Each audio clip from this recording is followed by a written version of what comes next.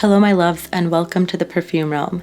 My name is Madeline and today I am going to be sharing my top 10 fall fragrances, and most of these are unisex, so anyone can indulge in these fragrances and feel all ready for the beautiful autumn season. Now, I was born on Halloween, so I am a fall baby, so I definitely have a bias towards this beautiful season.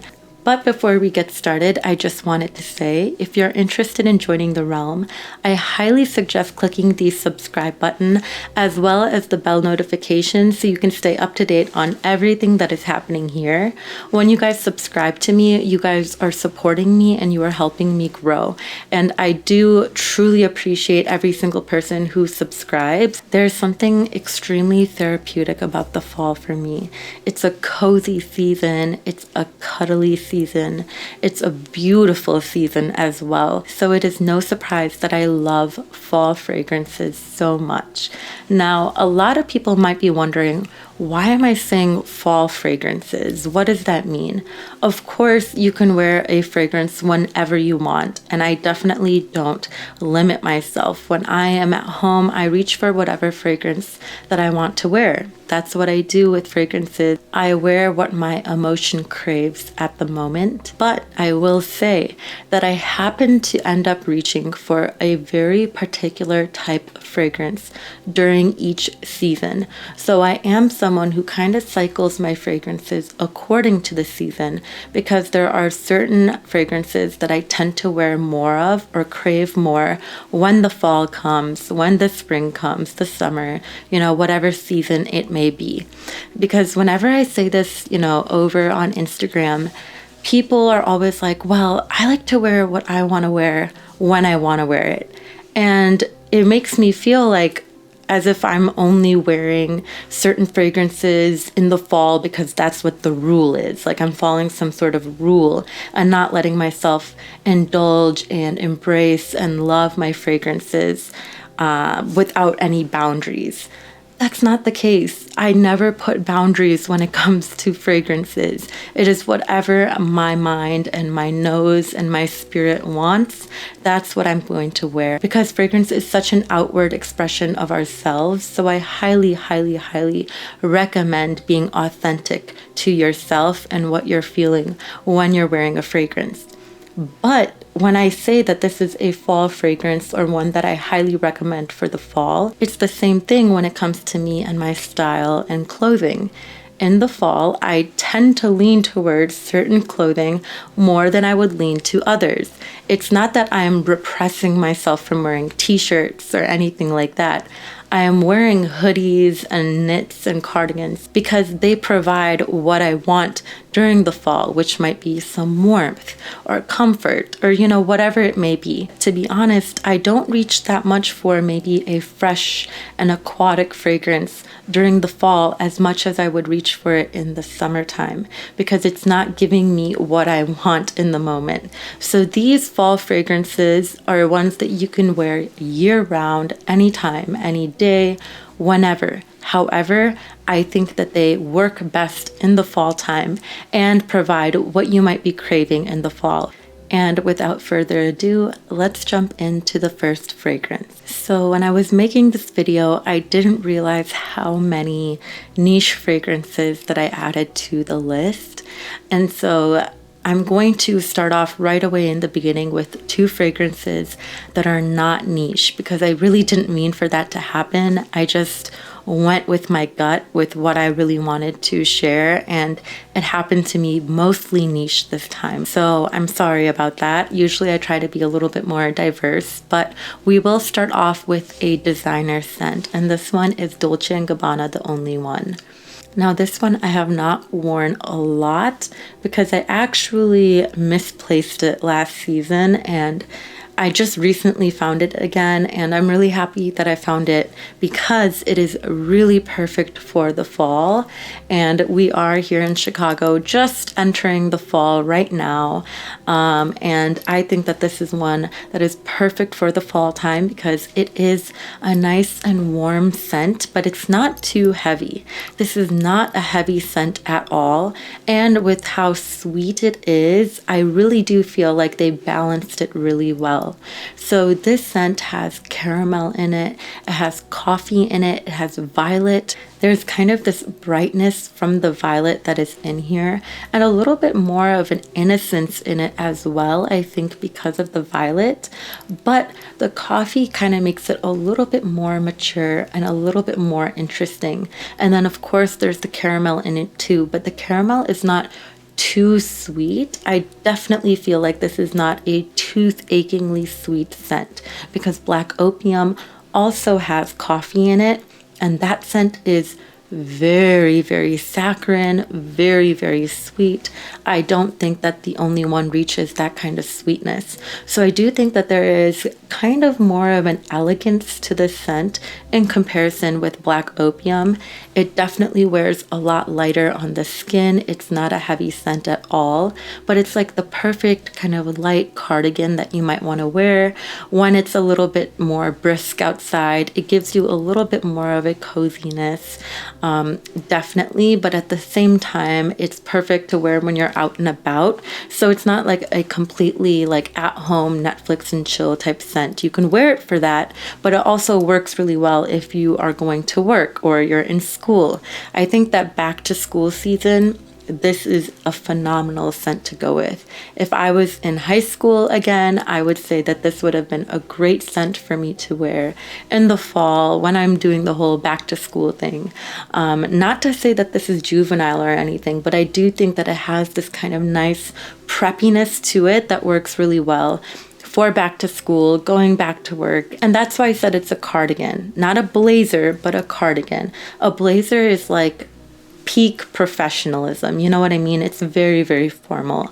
This one is not that formal. It is a cardigan, but it is something that you can still wear when you're going out and about to more of a professional setting like work or school. You could definitely wear it, but it's more on a lax day where you're not wearing that blazer. So Dolce Gabbana, the only one. All right, next up we have the most affordable fragrance on this list. And this one is Avon's Far Away Royale. You guys, I recently came across this on Fragrantica and the reviews made me want to go buy it. And I am so happy that I did. Otherwise, I would not have heard about this scent at all. So thank you, Fragrantica, for bringing it to my attention. And thank you to all the reviewers for actually selling me on this because this one is gorgeous. It smells luxurious. This one is an experience and it blows my mind that it was so affordable. So this one starts off with this beautiful resinous vanilla.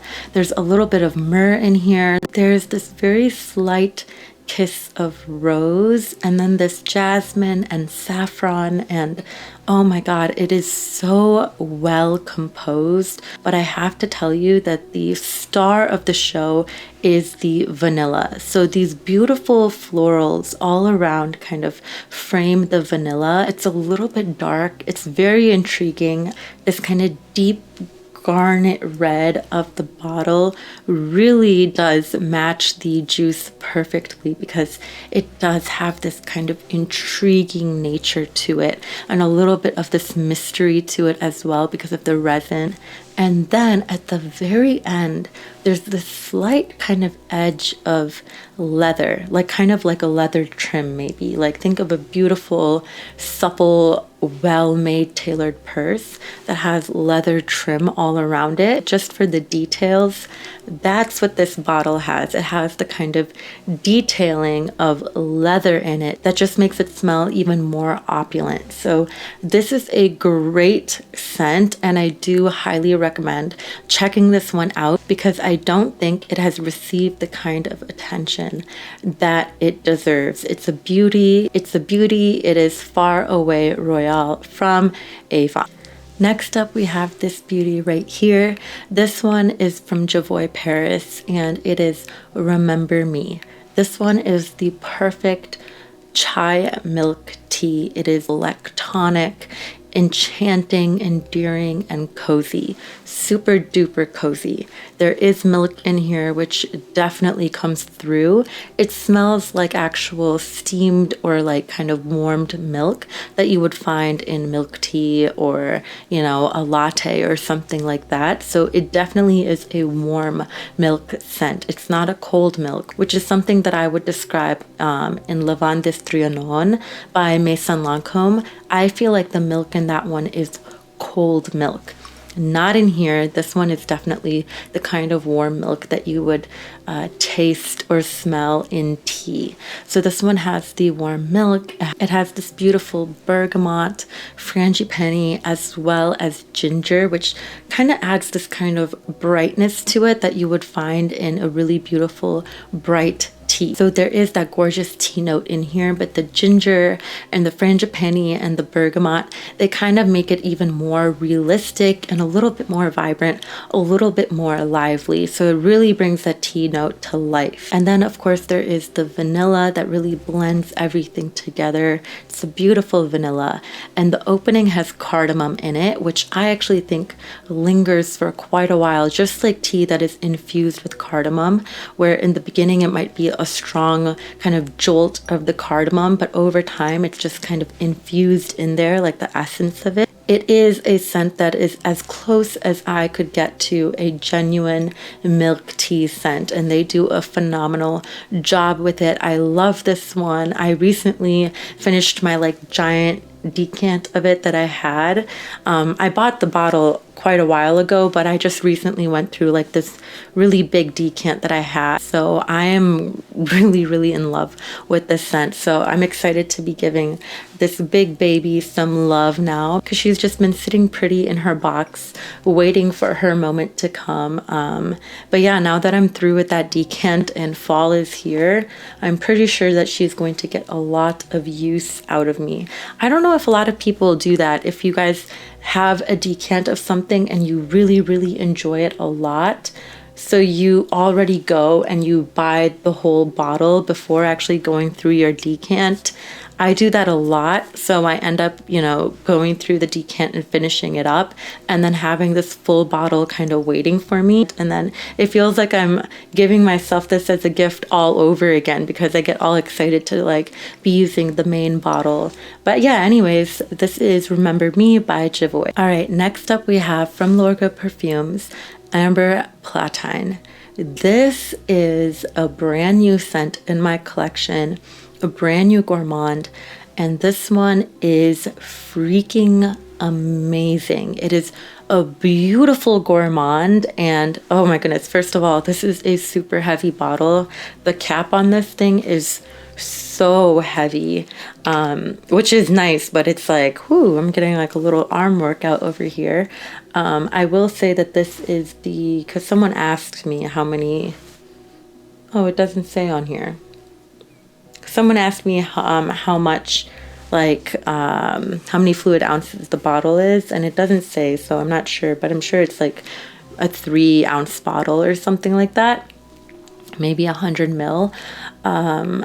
But anyways, this scent is delicious, and I bought it in perfect time because this is definitely something that is right up my alley when it comes to fall time fragrances. It has caramel, it has tonka, it has amber in it. There's a little bit of pepper in here. When you first spray it, it's very strong and a little bit spicy because of the pink pepper and the cinnamon, which really kind of burst out in the opening. But very quickly, there's this kind of almond powder in the opening that also is released along with that kind of pepper and cinnamon concoction. So there's a little bit of this almond powder that is released, which is perfect because it diffuses that kind of spiciness that could be a little bit heavy and overwhelming. it has the potential to be heavy and overwhelming, but that almond comes in very quickly and does diffuse the situation. So instead of being like overly spicy, it's like a lightly spiced sweet dessert. So there is the spices in it and they are very detectable, but everything else kind of balances them out. There is caramel in here. There is amber. The amber is a huge note in this, in my opinion, because it adds this incredible amount of warmth to the scent.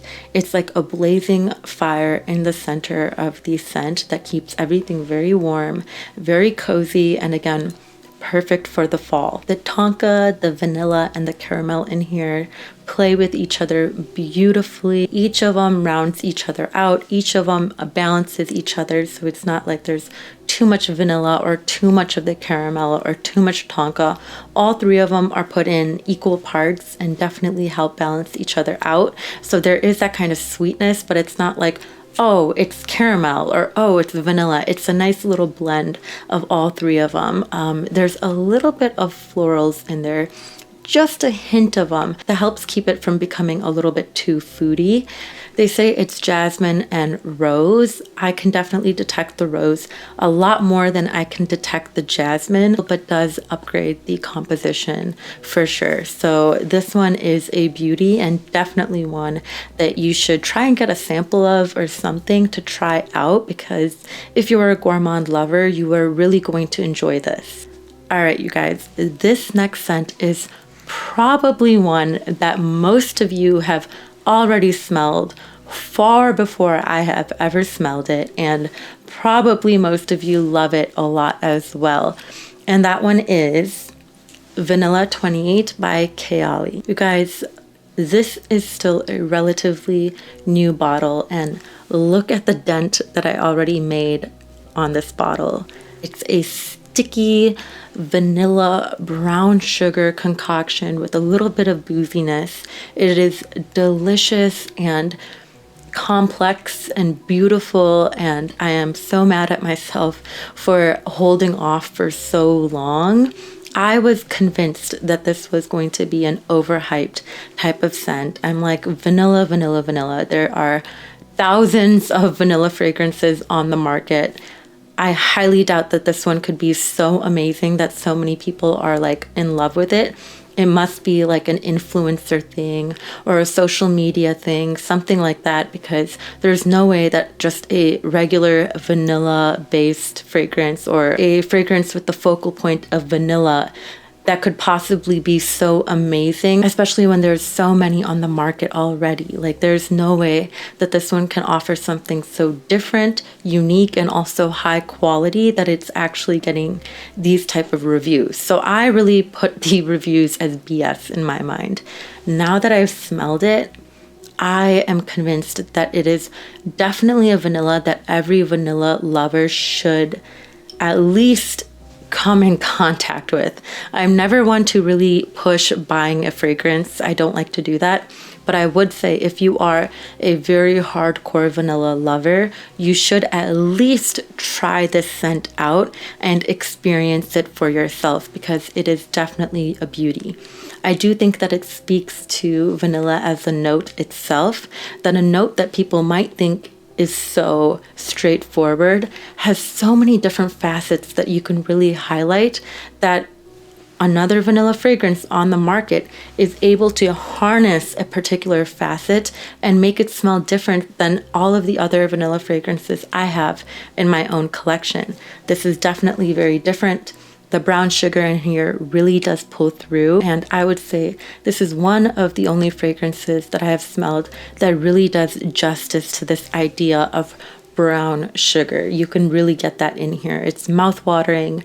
It definitely smells like something that could get even better over time, and I really love it. It's very comforting, very cozy. It's perfect to wear with a sweater or in the evenings. I was already wearing this at night a lot during the summer, but I think that in the fall, this is going to get even more use out of me, and even during the daytime as well. It's very comforting and cozy, but it's still very sensual as well. So it's definitely kind of one of those aphrodisiac type of scents. I do think that if you're doing a Netflix and chill in the autumn, that this one is a great way to go. Or like if you're going to a drive-in movie or something like that, with all your blankets and everything, spray this on and it's definitely going to create a mood for sure. Next up we have Portrayal by Amouage. This scent it's resinous, it's a little bit powdery or dusty in a way as well. It also has a very smoky feel to it. There is elemi in here, which is definitely adding to that resinous type of nature in it. There's also vanilla in here, there is tobacco, and there is jasmine. So this is not a very creamy composition. It definitely has this kind of powderiness that I mentioned and this kind of smokiness. I think that this one is a very mystical smelling vanilla jasmine scent.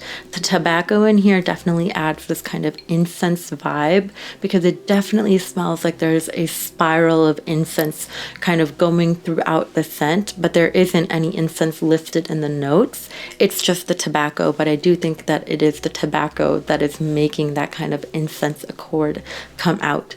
There's also that elemi in here, which definitely kind of combines with the tobacco to create this almost resinous and sticky sweet type of situation. This isn't a sickly sweet scent. It just has a hint of sweetness to it. It's a very refined vanilla and jasmine scent, and it's definitely made for the fall time with that tobacco in it. Honestly, this is the kind of scent that I might be rocking on Halloween, which is my birthday. I definitely do think that this is a very I don't know, mysterious scent. The scent is regal. It has a very unique quality to it, even though it's just a few different notes that are listed. Nothing crazy. There is a complexity to it that I really enjoy. If you love vanilla and jasmine and incense, then I think that this is a great way to go because it just has this kind of dark vanilla jasmine vibe going on. Kind of like a naughty or evil twin to Kayali's Vanilla 28, where this one might be a little bit more innocent. I think that they are like the good sister and the evil sister type of a situation. I also think that you could definitely use Vanilla 28 with this one to kind of enhance the vanilla aspect. I would honestly say that you could probably use Vanilla 28 with most of the fragrances in this list as a layering combo to bring out more of that vanilla nature and make it a little bit more, I don't know, endearing or alluring, whatever you want to call it. It would definitely go great with this one right here. I would say that this has kind of a Middle Eastern touch to it. So if you want something a little bit more unique, then I do think that Portrayal Woman by Amouage would be a great way to go. All right, next up we have one of my favorite fragrances, and this one is La Danza de Libellule by Noble 1942. This one is a gorgeous apple pie being baked. The entire process from the beginning with the fresh, crisp apples that are a little bit tangy and sour, at the same time quite sweet and crisp, you know, to the point where you bake them and they start to turn into more of a caramelized and warm, tender apple. And there's the cinnamon in here, there's the vanilla in here. I'm telling you, it is delicious. It is comforting, it is cozy, and it is absolutely magnetic. When someone smells this on you, they're going to be drawn to you. They want to come in, they want to smell more. It's very inviting at the same time. Very inviting. And when I'm saying it's magnetic, I wouldn't say in a very alluring or seductive manner, more like magnetic in a very charming, warm, cozy, inviting manner. So definitely check out La Danza de Libellule by Noble 1942. It is definitely one of my favorites, and it makes me happy throughout the day when I'm smelling it. It is definitely a scent that sticks closer to the skin, but you can get pretty good longevity out of it, especially if you're wearing like non-scented lotion. Wear it with this, and I would say that the longevity isn't too bad, although the projection and the sillage are quite moderate, more of a personal skin scent type of a thing, but definitely a good one, delicious one. You're going to want to bite off your wrist or wherever you have it, and I guarantee if there's anyone who is sniffing it on you, they'll want to do the same. Next up we have Madeline by Masque Milano. Now this one is a cashmere sweater. It is a woman in Paris who is sipping a latte outside and it's cold. This is such a chic and unique gourmand. There's not too many bells and whistles to it, but it is so unique. It uses chestnut and whipped cream to create this incredible experience. So there's a little bit of this bitter nuttiness that is constantly there that comes from the chestnut, but there's definitely this whipped, frothy texture that comes from the whipped cream. And it smells to me like almost like a chestnut latte that is topped off with a little bit of that foam. It's absolutely delicious.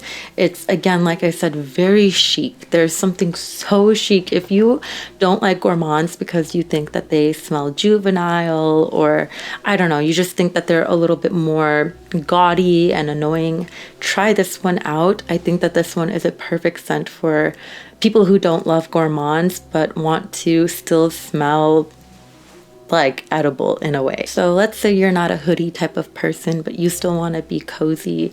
Get that cashmere sweater out, pop it on. Now you can feel cozy but still feel very lavish and chic. And the same situation is here with Madeline by Masque Milano. Definitely a stunning scent, 100%. And the bottle itself is beautiful too with the frosted glass. I love this one. Definitely check it out. It is great for the fall. Next up we have Alahain, and it was between this one and Cafe Cabano from Teo Cabano. Both of them are from Teo Cabano.